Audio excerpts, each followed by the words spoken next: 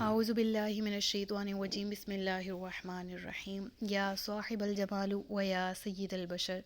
من وجهك المنی لقد نفر القمر لا يمكن الثناء كما كان حقه بعد از خدا بزرگ توئی قصہ مختصر جزا اللہ عنا سیدنا و مولانا محمد صلی اللہ علیہ وآلہ وسلم ما هو اہلہ یا رب لک الحمد کما ینبغی لجلال وجہک وعظیم سلطانک رب اشرح لی صدری ویسر لی امری واحلل عقدۃ من لسانی یفقہوا قولی رب زدنی علما رب زدنی علما رب زدنی علما۔ السلام علیکم ورحمۃ اللہ وبرکاتہ۔ میں حافظہ افرا جاوید اسلام آپ سب لوگوں سے مخاطب ہوں۔ اپنے یوٹیوب چینل انفینٹ اسلام میں آپ سب لوگوں کو خوش آمدید کہتی ہوں اور امید کرتی ہوں آپ سب لوگ خیریت سے ہوں گے، زندگی پرسکون پر اطمینان اور ایمان بالخیر گزر رہی ہوگی۔ سورۃ البقرہ کا ترجمہ اور تفسیر کے اسباق جاری ہیں، جس کی آیت نمبر 236 تک ہم گزشتہ اسباق میں پڑھ چکے۔ آج کے سبق میں ہم سورۃ البقرہ کی آیت نمبر 237 سے باقاعدہ آغاز کریں گے، جس میں اللہ رب العزت ارشاد فرما رہا ہے: اور اگر تم عورتوں کو انہیں چھونے سے پہلے طلاق دے دو اور تم ان کے لیے کچھ مہر بھی مقرر کر چکے ہو تو جتنا تم نے مقرر کیا تھا اس کا آدھا واجب ہے، مگر یہ کہ عورتیں کچھ مہر معاف کر دیں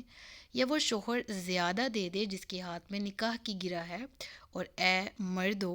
تمہارا زیادہ دینا پرہیزگاری کے زیادہ نزدیک ہے، اور آپس میں ایک دوسرے پر احسان کرنا نہ بھولو، بے شک اللہ تمہارے کام دیکھ رہا ہے۔ اس آیت کی تفسیر کو پڑھنے سے پہلے اگر ہم گزشتہ آیت کا مطالعہ کریں تو ہمیں گزشتہ آیت سے کیا سیکھنے کو ملا کہ پچھلی آیت میں جو طریقہ بیان ہوا، جو ایک کنڈیشن تھی اس کے مطابق حکم بیان ہوا، وہ یہ تھا کہ نکاح کے وقت مہر مقرر نہیں کیا گیا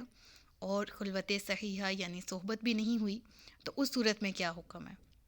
اور وہ حکم پچھلی آیت میں گزر بھی گیا۔ اور اگر آپ نے نہیں پڑھا تو پچھلی آیت کو پڑھ لیں ایک دفعہ تاکہ آپ کو سمجھ آ جائے۔ اب دوسری صورت ہے، وہ کیا ہے، اس کا اس آیت میں ذکر بھی ہے اور جو حکم بھی ہے اس کے بارے میں وہ فرمایا جا رہا ہے۔ صورت کیا ہے دوسری، کہ عورت کو اگر چھوئے بغیر طلاق دے دی، اس سے صحبت کیے بغیر طلاق تو دے دی،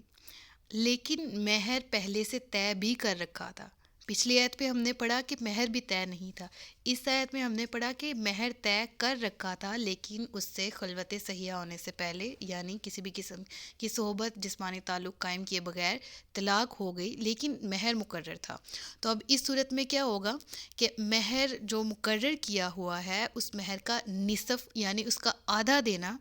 مرد پر بالکل واجب ہے، ٹھیک ہے۔ یعنی مثال کے طور پر اگر 50,000 مہر تھا،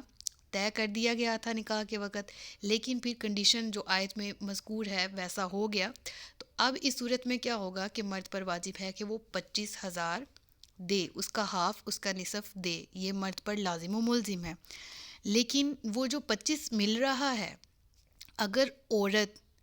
وہ 25 میں سے بھی کچھ معاف کر دیتی ہے، یعنی وہ 25 میں سے کہتی ہے 15 ٹھیک ہے میں اپنے لیے رکھتی ہوں، 10 تمہیں معاف کیا، یا 10 رکھتی ہوں 15 تمہیں معاف کیا وغیرہ، یعنی اگر عورت اس آدھے میں سے بھی کچھ معاف کر دے تو بھی جائز ہے، ٹھیک ہے۔ اور اگر شوہر اپنی خوشی سے یعنی کہ جو آدھا مال کا آدھا جو مقرر کردہ حق مہر ہے اس کے آدھے سے بھی زیادہ دے دے، لائک ابھی جیسے میں نے مثال دی 50,000 کا آدھا 25، لیکن مرد 25 سے زیادہ دینا چاہ رہا ہے، ٹھیک ہے، وہ اپنی خوشی سے 35 دینا چاہ رہا ہے، 40 دینا چاہ رہا ہے، تو یہ بھی مرد کو جائز ہے۔ لیکن اللہ تعالیٰ فرما رہا ہے آیت کے آخری حصے میں کہ شوہر کا اپنی خوشی سے آدھے سے زیادہ دینا تقوی اور پرہیزگاری کے زیادہ قریب ہے، یعنی کہ اس سے مراد یہ ہے کہ بیوی کو تو طلاق دے دی لیکن اس کے باوجود زیادتی نہیں کر رہا، بلکہ اس عورت کے ساتھ اس نے سلوک سے پیش آ رہا ہے، احسان کے ساتھ پیش آ رہا ہے۔ تو اس چیز کا حکم دیا گیا کہ یہ نیکی کے، یہ تقوی کے زیادہ قریب ہے کہ جو مقرر کردہ مہر ہے اس کا کم از کم آدھا تو دو، لیکن آدھے سے زیادہ دو گے تو یہ بہت ہی بہتر بات ہے۔ پھر آیت کا جو بالکل آخر ہے، اور آپس میں ایک دوسرے پر احسان کرنا نہ بھولو، تو اللہ کیا فرما رہا ہے، یعنی اگرچہ تو میاں بیوی کے درمیان طلاق کے ذریعے جدائی ہو رہی ہے، لیکن پھر بھی طلاق کی صورت میں بھی ایک دوسرے پر احسان کرنا نہ بھولو، یعنی طلاق کے بعد آپس میں کینہ، دشمنی، عداوت، لڑائی جھگڑے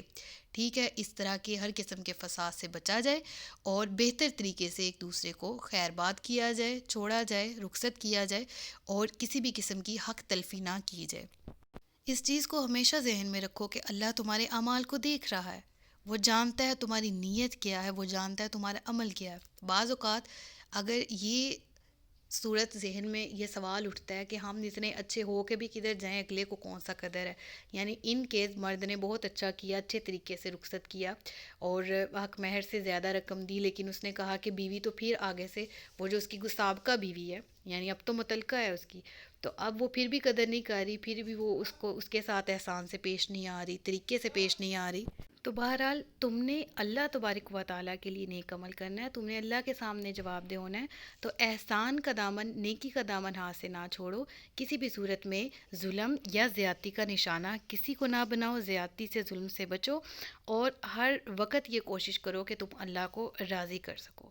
تو دیکھیں سبحان اللہ عز و جل کتنی پیاری تعلیم دی جا رہی ہے کہ طلاق کا معاملہ اتنا سخت ہوتا ہے، اتنا شدید ہوتا ہے، اور ہمارے ہاں جس طرح عام طور پہ بات لی جائے تو کس قدر ظلم اور زیادتی ہوتی ہے،